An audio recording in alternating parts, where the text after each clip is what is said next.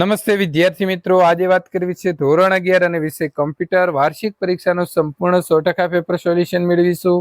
એ પહેલા ચેનલની અંદર પ્રથમ વખત આવ્યા છો તો મિત્રો ચેનલને સબસ્ક્રાઇબ કરી તમારા સાથી મિત્રો સુધી આ વિડીયોને શેર કરવાનું ભૂલશો નહીં। વિદ્યાર્થી મિત્રો, તમારે OMR શીટની અંદર આ પ્રશ્નોના જવાબ લખવાના રહેશે। પ્રશ્ન નંબર 1, સાચો વિકલ્પ પસંદ કરી જવાબ લખો। નંબર 1, હાલમાં કયા ક્ષેત્રની અંદર મલ્ટીમીડિયાનો ઉપયોગ થઈ રહ્યો છે? તો જવાબ આવશે ડી, આપેલા તમામ વિભાગોની અંદર।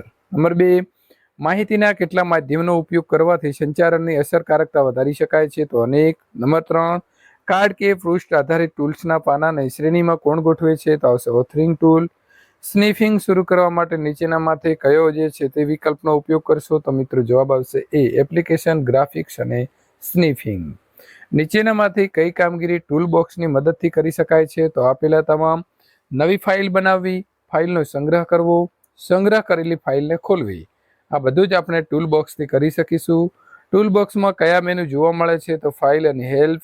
ટૂલ બોક્સમાં નીચેની બુલેટની અંદર નીચેનામાંથી કયા ટૂલ્સ જોવા મળશે? તો આપેલા તમામ મિત્રો જે છે અહીં A, B અને C ત્રણે જોવા મળશે। પ્રશ્ન નંબર 8, જ્યારે કોઈ ચોક્કસ ટૂલને પસંદ કરવામાં આવે ત્યારે ટૂલ માટે ઉપલબ્ધ વિકલ્પ જે છે કઈ પેનલની અંદર દર્શાવવામાં આવે છે? તો એ, ટૂલ્સ ઓપ્શન પેનલ। પ્રશ્ન નંબર 9, સમયાંતરે ચિત્રના દ્રશ્યના પરિવર્તનને શું કહે છે? તો એનિમેશન। પ્રશ્ન નંબર 10 મિત્રો, નીચેનામાંથી કયા પ્રકારનું એનિમેશન ધીમું અને કંટાળાજનક છે? તો આવશે ફ્રેમ બાય ફ્રેમ।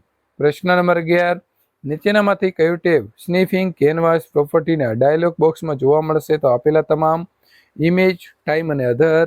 પ્રશ્ન નંબર 12, કેનવાસ, પ્રોપર્ટીના ડાયલોગ બોક્સના ટાઈમ ટેબના ફ્રેમ્સ પર સેકન્ડ એટલે કે FPS માં કઈ કિંમત જોવા મળશે? તો વિદ્યાર્થી મિત્રો સાચો જવાબ આવશે બી, 24 લાખ। ટાઈમ ટ્રેક પેનલ પર જોવા મળતા ચતુષ્કોણ એટલે કે ડાયમંડને શું કહે છે? તો લે પોઈન્ટ। નીચેનામાંથી કયું વે પોઈન્ટ રજૂ કરતું નિર્દેશક દર્શાવે છે? તો જવાબ મિત્રો આવશે ડી, ચતુષ્કોણ એટલે કે ડાયમંડ। પ્રશ્ન નંબર 15, નીચેના પૈકી કઈ સ્લાઇડ બારની સાચી કિંમત છે? તો આવશે બી, 3S 9F। પ્રશ્ન નંબર 16, સૂર્ય એટલે કે સન અને પર્વત એટલે માઉન્ટેડ ઓબ્જેક્ટને કયા પ્રકારે ગોઠવવામાં આવે છે? તો મિત્રો જવાબ આવશે એ, સન નામનો ઓબ્જેક્ટ માઉન્ટેન્સ નામના ઓબ્જેક્ટની પાછળ। સ્નિફિંગની અંદર અનેકવિધ અસર સાથેનું એક સ્તર લેતું નથી, આ વિધાન માટે યોગ્ય વિકલ્પ પસંદ કરો। તો આ વિધાન સાચું છે। સ્નિફિંગની અંદર ઉપરનું સ્તર તેની નીચેના સ્તરના વર્તનમાં ફેરફાર ન કરી શકે, આ વિધાન માટે યોગ્ય વિકલ્પ પસંદ કરો। તો આ વિધાન ખોટું છે। સ્નિફિંગમાં દરેક સ્તર કેવા પરિબળો ધરાવે છે? તો સ્વતંત્ર। સ્નિફિંગની અંદર નીચેનામાંથી કયા પ્રકારનું એનિમેશન તૈયાર કરી શકાય છે? તો આપેલા તમામ એટલે કે નિર્ધારિત પથ ઉપર ચક્રાકાર ભ્રમણ, ચોક્કસ પથની આસપાસ ફરતો દડો, ડાબી બાજુથી જમણી બાજુ સરકતું વર્તુળ। ચિત્રોને શેમાં ઉપયોગ કરવાથી તેની ગ્રહણ કરવાની ગુણવત્તામાં સુધારો થશે? તો રજૂઆત, પ્રેઝન્ટેશન અને એનિમેશન। તો આપેલા તમામ સાચા છે। પ્રશ્ન નંબર મિત્રો 22, સ્નિફિંગમાં કયો વિકલ્પ સૂચવે છે કે પ્રાચલ જુદી જુદી રીતે આપોઆપ નિયંત્રિત રહે છે? તો જવાબ આવશે સી, કન્વર્ટ। પ્રશ્ન નંબર 23, સ્નિફિંગની અંદર ટાઈમ્ડ સ્વીપ ગુણધર્મ કયા પેટા પ્રાંચલ ધરાવે છે? તો આપેલા તમામ। બિફોર, આફ્ટર, ટાઈમ અને લેન્થ।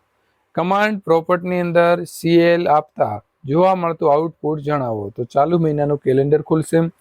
લિનક્સની અંદર નીચેના પૈકી કયું ફાઇલના નામની મહત્તમ લંબાઈ રજૂ કરે છે? તો 255। નીચેનામાંથી કઈ કી વિમ એડિટરના ઇન્સર્ટ મોડમાં જવા માટે વપરાતી નથી? તો CW। સિસ્ટમ પર ચાલતી પ્રોસેસની યાદીમાં PID શું દર્શાવે છે? તો C, દરેક પ્રોસેસ સાથે જોડાયેલા એક અનન્ય પ્રોસેસ ક્રમાંક બતાવે છે। પ્રશ્ન નંબર 28, સિસ્ટમ ઉપર ચાલતી પ્રોસેસની યાદીમાં વર્તમાન પ્રોસેસને નિયંત્રિત કરવા ટર્મિનલનું નામ કયો સ્તંભ છે? તો TTY। કોઈ પણ સચોટ નિર્ણયનો આધાર આપણી પાસે ઉપલબ્ધ માહિતીની કઈ બાબત ઉપર છે? તો ચોકસાઈ। વૈવિધ્યસભર ઇન્ફોર્મેશનની ગોઠવણી એ કયા સ્વરૂપમાં તેનો સંગ્રહ જોવા મળે છે? તો ટેબલ। પ્રશ્ન નંબર મિત્રો 31, પ્રાઇમરી કીની કિંમત કેવી ન હોઈ શકે? તો C, A અને B, નલ વેલ્યુ અને ડુપ્લિકેટ। પ્રશ્ન નંબર 32, કોઈ એટ્રીબ્યુટમાં નલ વેલ્યુ હોવાના કેટલા કારણો હોઈ શકે? તો 2. નીચેનામાંથી કયો ડેટાબેઝ પ્રોગ્રામ નથી? તો મિત્રો સ્પ્રેડશીટ એટલે કે ડી. પ્રશ્ન નંબર 34, નીચેનામાંથી શું બેઝ ડેટાબેઝ ફાઇલનો ડિફોલ્ટ અનુલંબન હોઈ શકે? તો જવાબ આવશે સી, ODB. પ્રશ્ન નંબર 35, નીચેનામાંથી શું બેઝમાં ઓબ્જેક્ટ તરીકે જાળવવામાં આવતું નથી? તો સી, ચાર્ટ્સ. પ્રશ્ન નંબર મિત્રો 36, ટેબલમાં ડેટાશીટ વ્યૂના ખાલી બોક્સમાં ઉચિત ડેટા ભરવામાં આવે તે આ કામને શું કહે છે? તો ડેટા એન્ટ્રી. પ્રશ્ન નંબર મિત્રો 37, ડેટાબેઝ વિન્ડોની અંદર ક્વેરી આઇકોન કઈ બાજુના ઉપર જોવા મળે છે? તો ડાબી બાજુ.